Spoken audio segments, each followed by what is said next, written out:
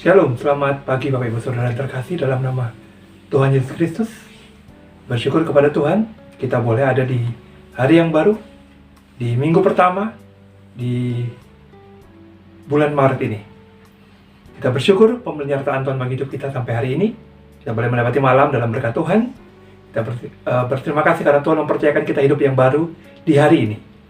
Sebelum kita beraktivitas, mari kita sama-sama berdoa dan merenungkan firman Tuhan setelahnya untuk kita boleh mendapat kekuatan baru menjalani hari ini.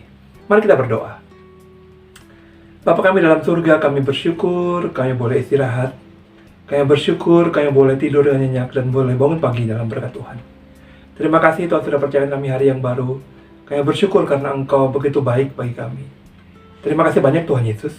Kami mau menjalani hari ini bersama dengan Tuhan. Engkau berserta dengan kami, bersama dengan kami, menyertai, memimpin kami, membimbing kami, agar hidup kami seturut searah maunya Tuhan. Berkatilah kami Tuhan Yesus. Dalam nama Tuhan Yesus berbicaralah kepada kami melalui firman Tuhan pagi ini. Haleluya Yesus, kami berdoa. Amin. Bapak Ibu Saudara terkasih dalam Yesus Kristus, kita sering bertemu dengan yang namanya masalah dalam kehidupan kita. Dan sewaktu kita ada masalah, kita selalu bertanya, kenapa Tuhan? Kenapa bisa begini Tuhan? Kok bisa seperti ini Tuhan ya? Padahal saya pernah katakan dalam bagian-bagian sebelumnya, masalah itu sebenarnya ada 4 penyebabnya. Kita boleh introspeksi harusnya. Yang pertama, bisa karena kesalahan kita. Yang kedua karena lingkungan. Bisa yang ketiga karena kuasa iblis, kuasa gelap. Yang keempat karena izin Tuhan. Ada 4 penyebab itu yang bisa kita jadikan introspeksi.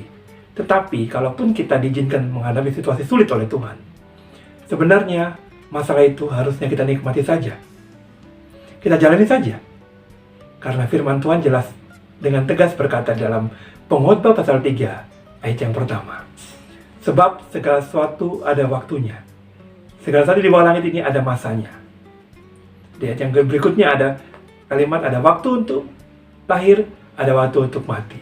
Ada waktu untuk menangis, ada waktu untuk meratap, dan seterusnya.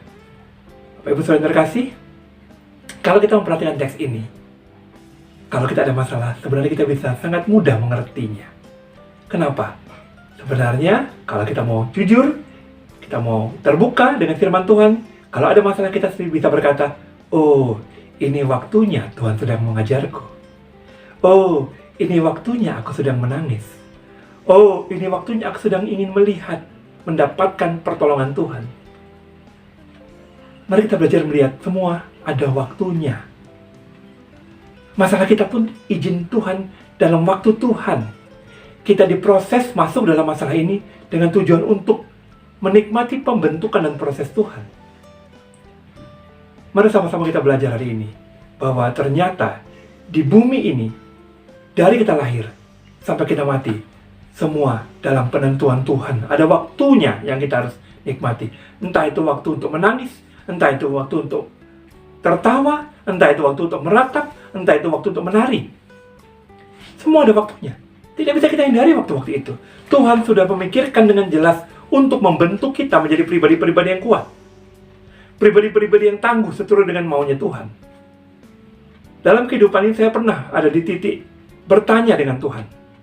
Tapi teks ini kembali mengingatkan saya bahwa ada waktunya. Ada waktunya.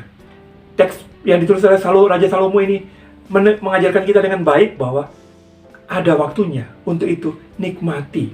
Jadi jika sekarang ada masalah, pasti akan ada waktunya jalan keluar diberikan.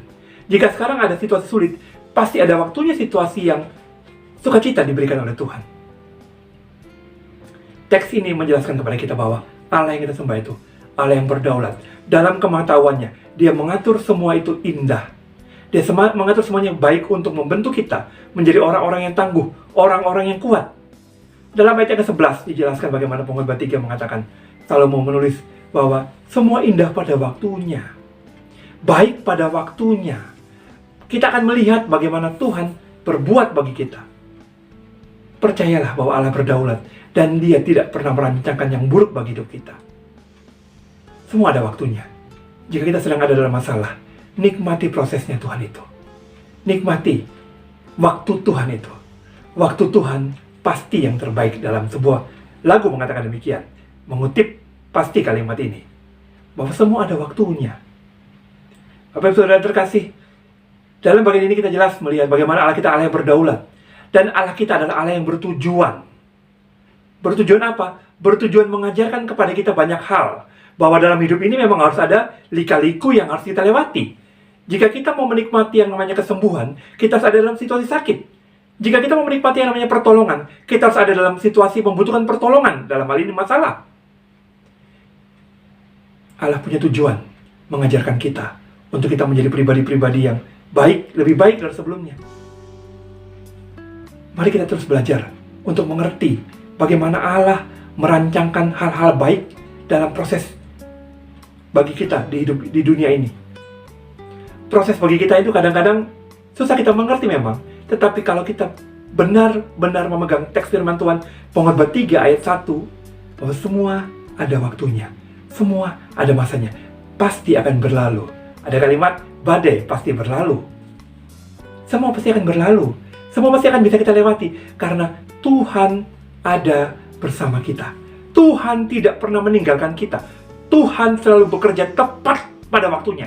Sesuai dengan waktu Tuhan yang mana kadangkala sulit kita mengerti. Tetapi sekali lagi saya mau katakan, mari kita pahami sungguh-sungguh Pengkhotbah 3 ayat 1 ini. Bahwa semua ada waktunya. Dan dalam kemahatauan Tuhan, Tuhan tahu waktu yang terbaik bagi kita. Nikmati proses Tuhan. Nikmati prosesnya Tuhan. Jangan pernah menyalahkan Tuhan.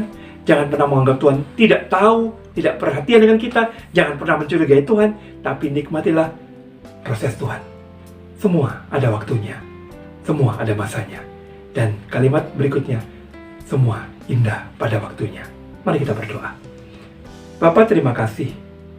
Firman Tuhan hari ini tegas mengajarkan kami untuk kami sungguh memegang Pengkhotbah pasal 3 ini, bahwa dalam kesulitan kami, Tuhan punya waktu bagi kami untuk memproses kami menjadi pribadi-pribadi yang kuat, menjadi pribadi-pribadi yang lebih baik dari hidup kami yang sebelumnya.